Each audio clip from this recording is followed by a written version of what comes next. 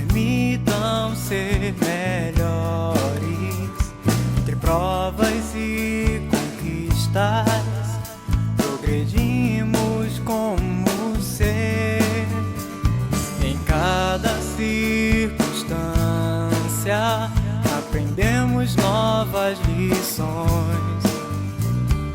O saber nos faz compreender e a ação nos faz crescer. Olá, eu me chamo Mariana, sou trabalhadora do Centro Espírita Amor ao Próximo e hoje vamos refletir juntos, aprender mais um pouquinho sobre uma figura sublime, a figura de Maria de Nazaré, a mãe de todas as mães.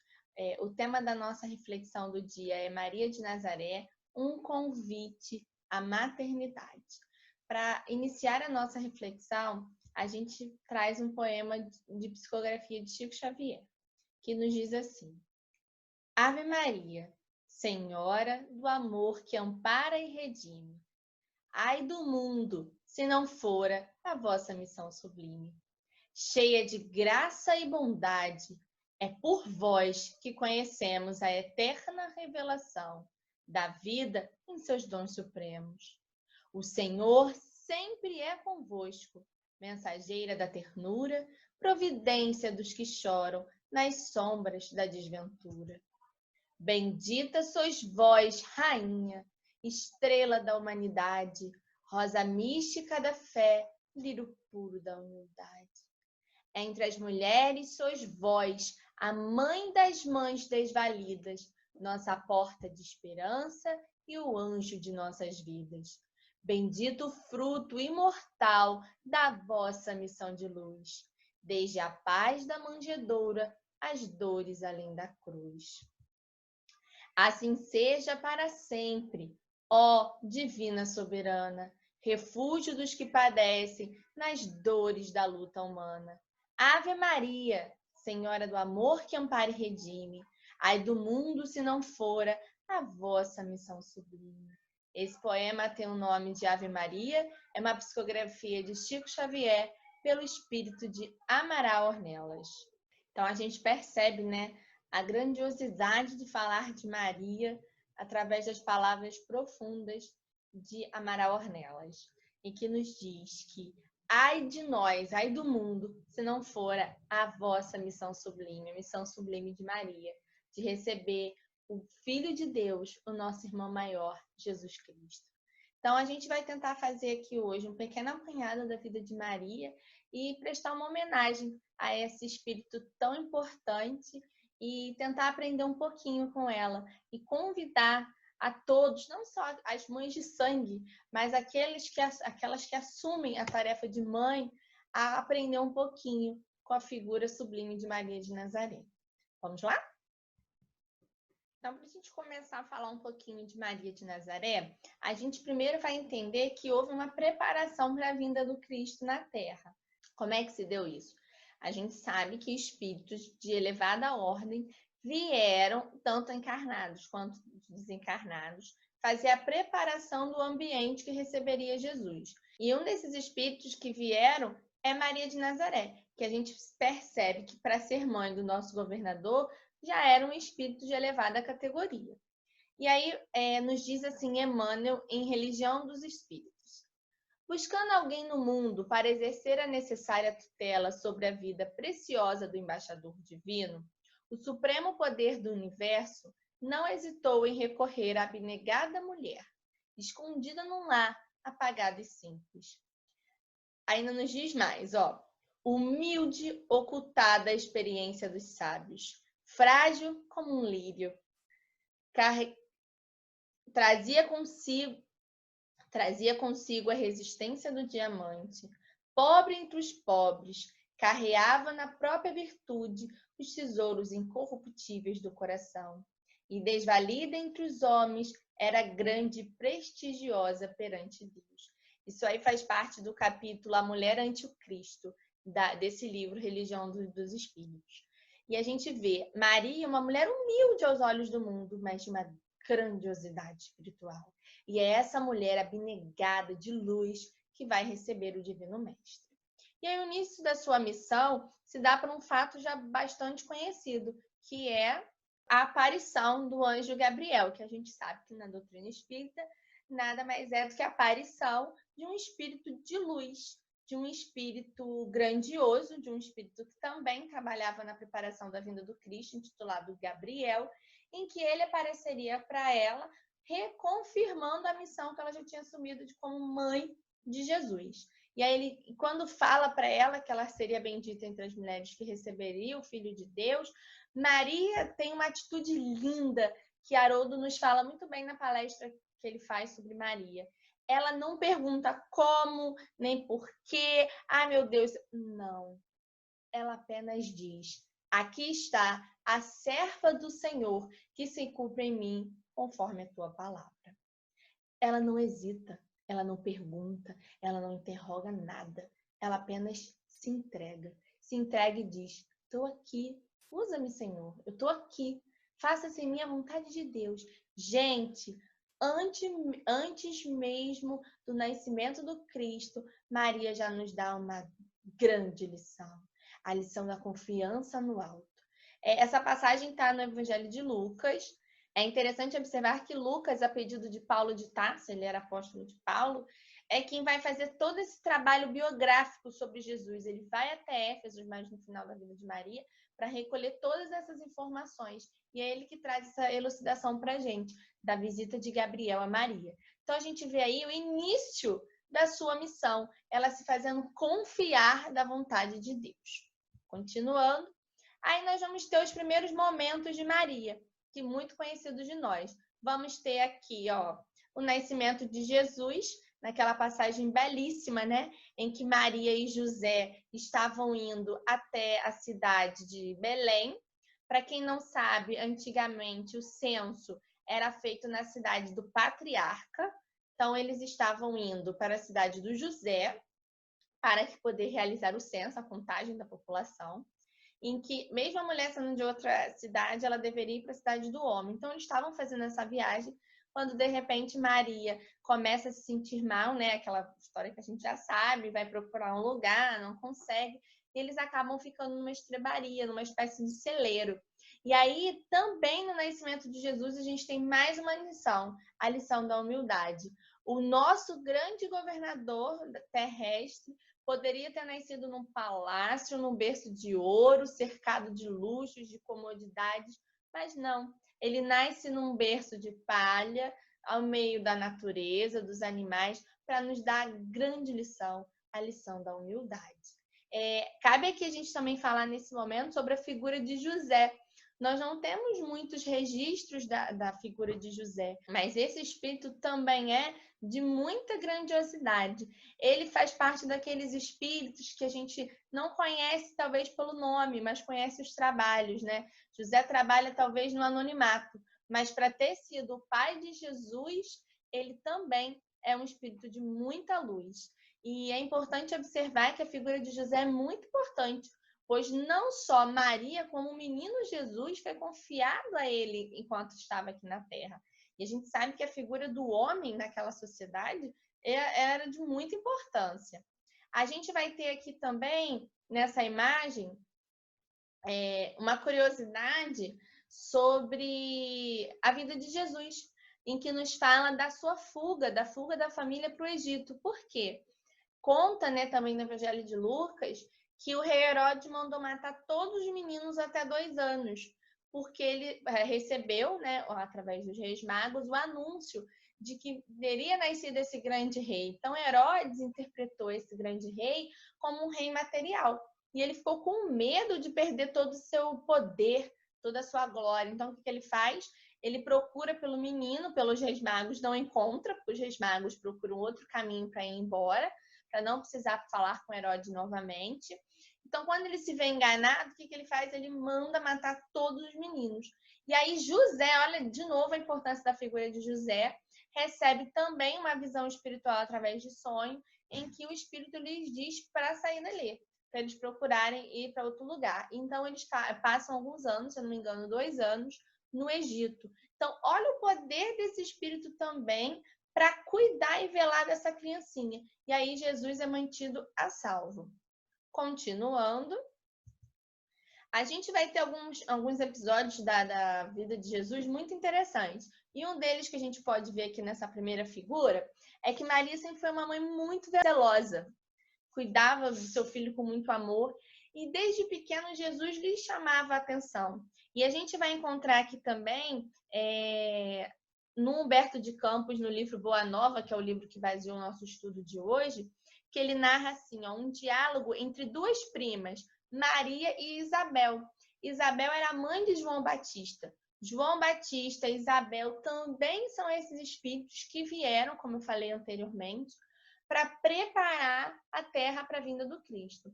E Isabel comenta com Maria que ela vê no filho dela, João, algo muito diferente, que o temperamento de João é dotado, apesar de muito pequenininho, para meditação, para contemplação das coisas boas. E Maria também lhes diz assim, essas crianças, a meu ver, trazem para a humanidade a luz divina de um novo caminho. Então, Maria, no seu íntimo, sabia que o seu filho tinha uma missão especial.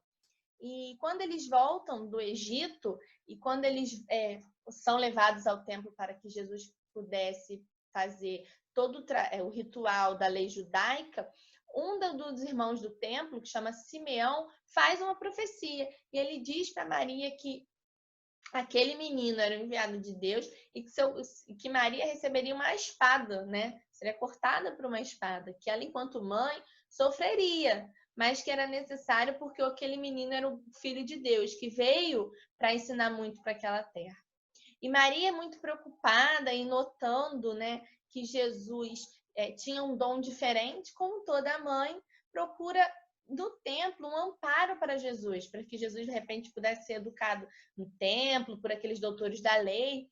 E é um fato curioso que Jesus ouve aquilo e questiona Maria, dizendo, não, por acaso eu estou me afastando de Deus? Eu não estou me afastando de Deus. É aqui que eu vou aprender. E ele vai até o pai, e aí ele pede para ficar na carpintaria. Outra grande lição de Jesus. Ele pede e nos mostra o seguinte, eu quero começar a aprender aqui, no meu lar. É aqui a minha primeira grande escola. E depois, em muitas passagens de Jesus, como nas bodas de Canaã, durante as pregações, Maria se fez muito presente, né? Ela foi uma grande serva do Cristo, sempre ao lado do filho, podendo ajudar, orando por ele, pedindo a Deus que o protegesse. E aí, passando todo o histórico da vida do Cristo, chega o momento da crucificação. E aí a gente pensa, meu Deus, esse coração de mãe vendo o seu filho sendo crucificado. E aí Humberto de Campos, novamente no livro Boa Nova, descreve assim, junto da cruz, o vulgo agoniado de Maria produzia dolorosa e indeletável impressão.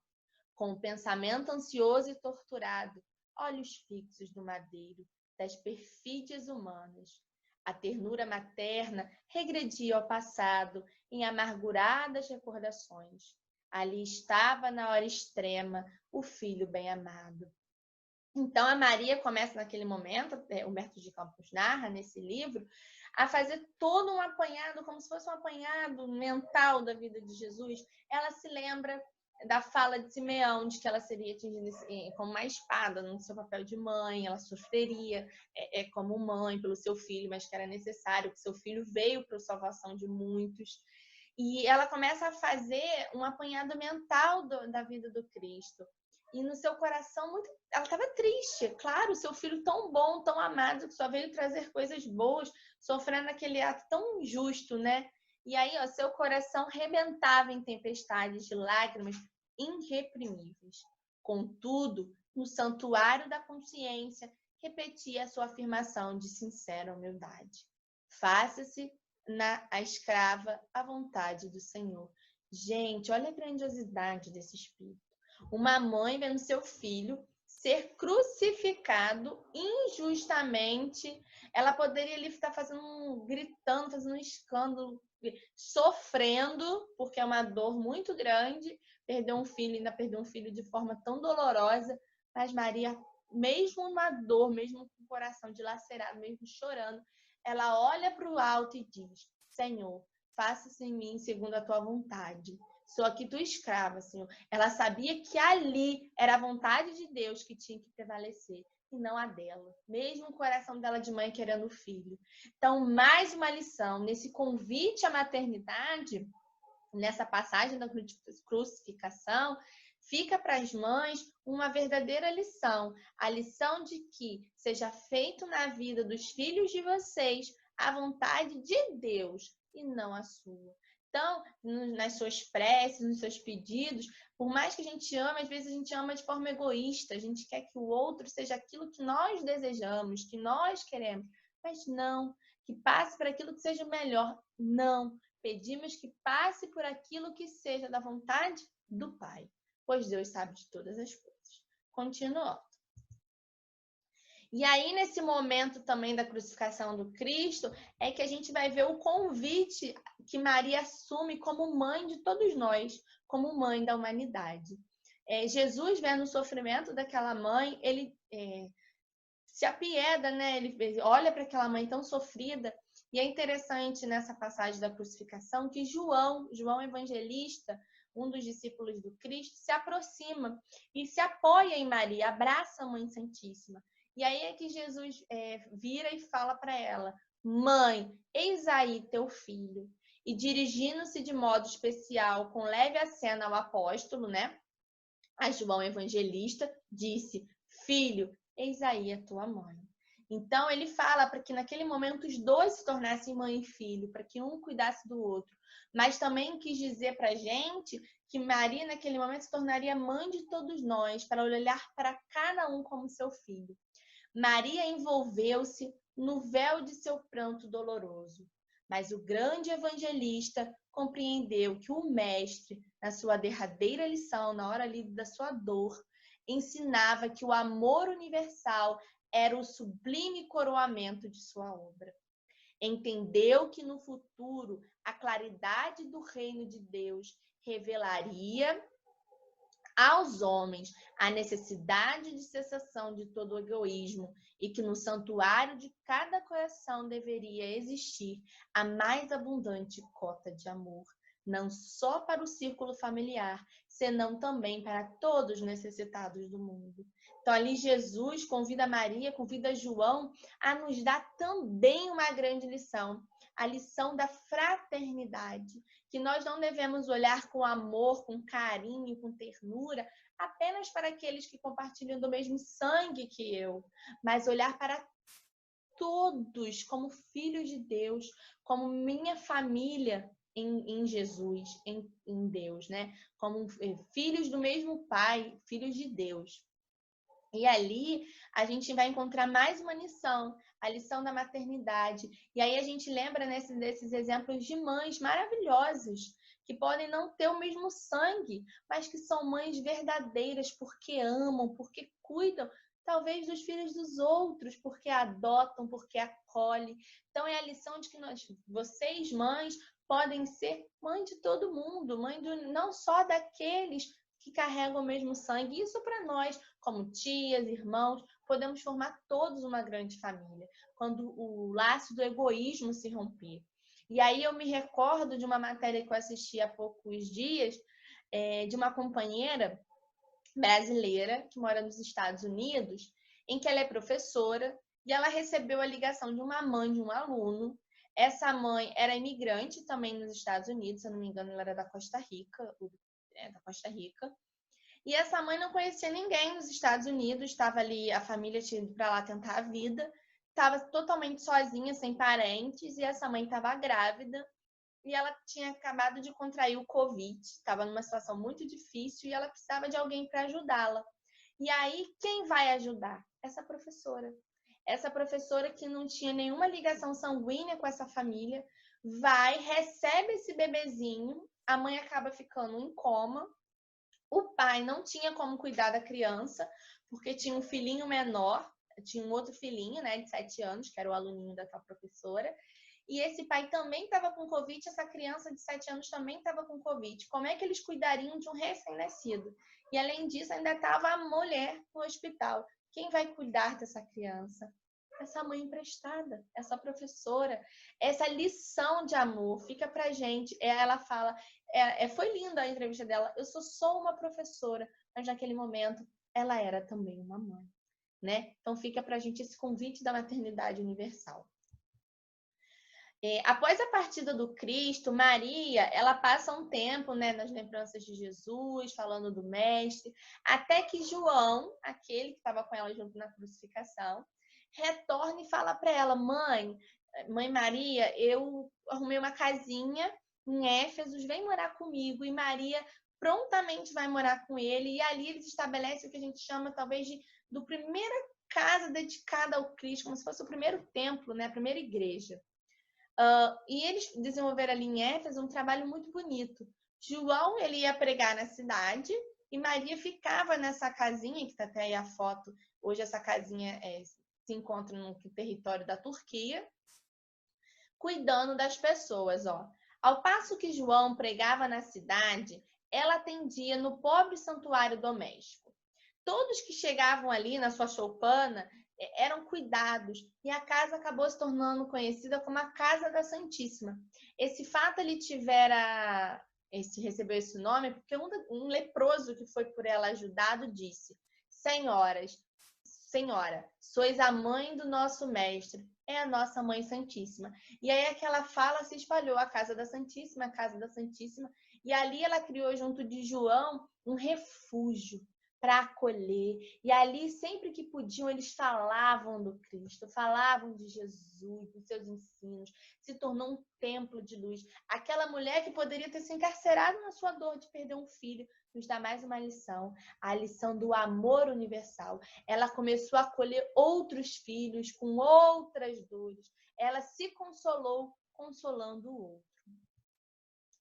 Minha mãe, dizia um dos aflitos, como poderei vencer as minhas dificuldades? E aí Maria estendia a todos um olhar amoroso e dizia: isso também passa, só o reino de Deus é bastante forte para nunca passar de nossas almas, como eterna realização do amor celestial. Maria consolava, era ali uma serva do seu filho Jesus. Bom, aí a gente vai ver no desencarne de Maria que, num dado momento, quando ela está lá na casinha em Éfeso, em que ela está orando, aparece para ela um homem, como aparece de um mendigo, e ela imagina que seja mais um daqueles que vem até ela pedir. Mas aquele homem, diferente dos outros pedintes, não vem pedir, ele vem consolar. E, de repente, Maria reconhece aquela voz, reconhece aquele olhar. E aí ela procura pelas feridas e vê as chagas na mão, as chagas na barriga, aonde o seu filho Jesus tinha sido ferido. E aí o que Maria faz? Maria olha e pergunta, interroga, quem é aquele espírito, quem é aquele viajante? E aí ele lhes diz, como narra em Boa Nova: sim, minha mãe, sou eu. Venho buscar-te, pois meu Pai quer que sejas no meu reino a rainha dos anjos. E aí vai começar todo o trabalho de desenlace material de Maria, né? Ela começa a se preparar para o seu desencarne. E um outro fato que para mim é um dos mais lindos, quando Maria é começada a se desprender do corpo, ela é levada pela falange que vem buscá-la, os anjos, né? Os espíritos de luz que vêm buscá-la, Maria que pede que antes de ir ela possa revisitar alguns lugares importantes para ela, como a Galileia. Ela vai lá observar o rio Tiberíades, ela vai fazer essa pequena viagem como se fosse uma lembrança de sua vida. E aí Maria se lembra nesse instante dos cristãos, daqueles que estavam sendo perseguidos por amor ao seu filhinho. E aí ela pede, ela roga que ela possa ir visitar esses companheiros que estavam presos, que seriam devorados pelos leões, que seriam colocados ali para verdadeiros escárnios públicos. E aí ela vai até um lugar onde estão muitos cristãos aprisionados e vê uma cena assim deplorável, rostos muito tristes. E aí Maria vai perto de cada um deles com o seu amor, com o seu carinho, com a sua oração.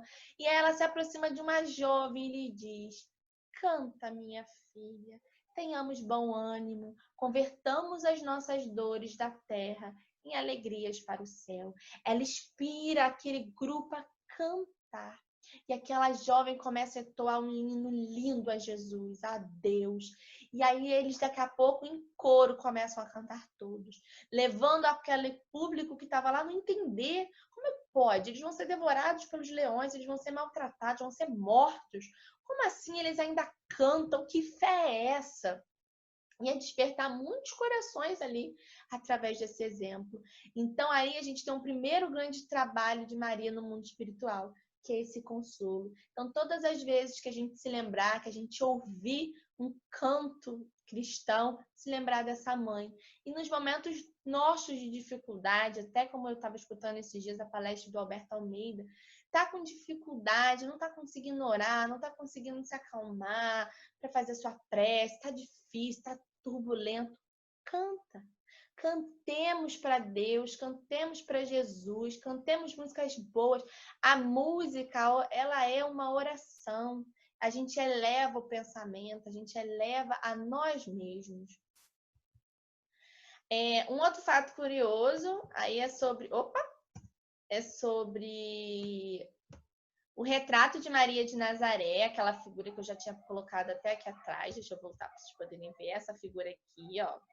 Ela é uma pintura, de certa forma, mediúnica, tá até aqui Chico segurando ela. O Chico Xavier, ele recebeu, em uma reunião da sua casa espírita, um retrato falado de Maria de Nazaré, como ela era. Emmanuel começou a descrever essa mulher. Até porque Emmanuel, ele tem a fotografia da própria vida dele como Públio Lentulus naquela época de Jesus, né? Então ele tem as reminiscências vivas daquilo ali. E aí eles procuraram um fotógrafo, Vicente Avelar, de São Paulo, e eles tiveram mais ou menos uns 20 contatos com o Chico em transe mediúnico, com Emmanuel descrevendo para ele como era Maria, e o Vicente foi pintando. E aí nós temos um retrato de como Maria ela é vista no plano espiritual, pelas esferas por onde ela passa. É dessa forma que ela se apresenta. Aí tá até Chico segurando a pintura. Eu vou voltar lá para vocês poderem ver que linda a pintura de Maria de Nazaré, né? A gente olha, traz uma paz assim. Bom, e para aqueles que pensam que o trabalho de Maria se estendeu apenas aqui, não. Maria continua desenvolvendo trabalhos lindos, maravilhosos e de uma grandiosidade sublime. Então, a gente sabe que o trabalho de Maria ainda continua e ele é conhecido para a gente espírita nessa obra aqui, Memórias de um Suicida, da Ivone do Amaral Pereira, através da psicografia de Camilo Cândido Botelho.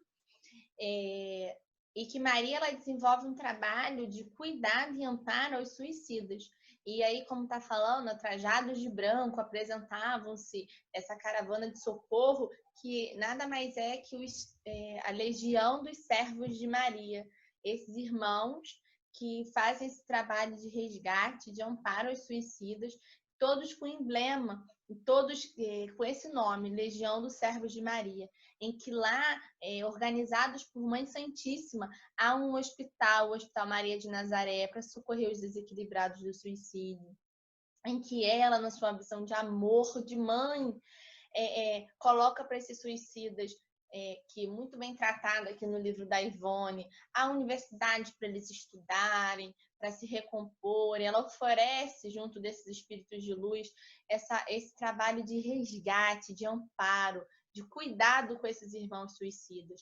E é ela que também vai fazer o resgate de Judas. E é muito bonita essa passagem, quando ele ainda se sentindo muito culpado, cheio de dor, vê aquela mulher preocupada com ele, cuidando dele, e diz: por acaso quem és tu?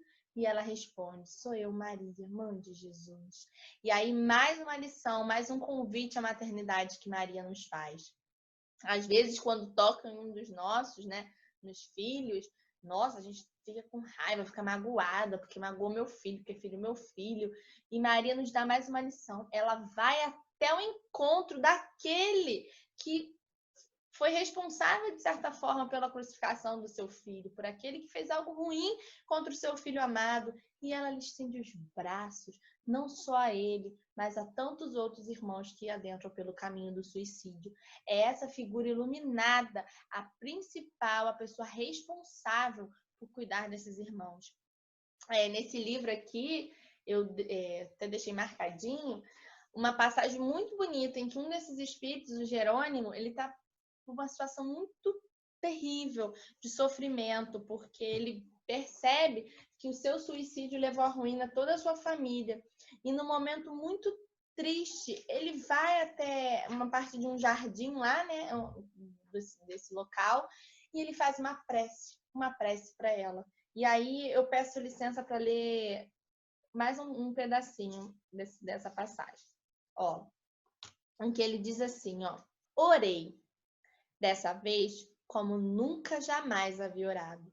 Supliquei à amorosa mãe do nosso Redentor a assistência e a misericórdia para os meus filhos, que intercedesse junto a Jesus, nosso Senhor, no sentido de beneficiar as infelizes crianças por mim abandonadas. E aí, eu não vou ler mais, para ficar com vocês a curiosidade, para quem não leu, lê o livro. E esse irmão, ele ora, mas sabe aquela oração de um pai arrependido, de um pai que ama os seus filhos, que queria que seus filhos fossem socorridos? E aí Jerônimo ora, aquela oração de cair lágrimas. Passado alguns dias, ele é chamado pelo instrutor e adivinha quem recebe um pergaminho iluminado, vindo de ordem mais alta, da ordem de Mãe Santíssima. É Jerônimo.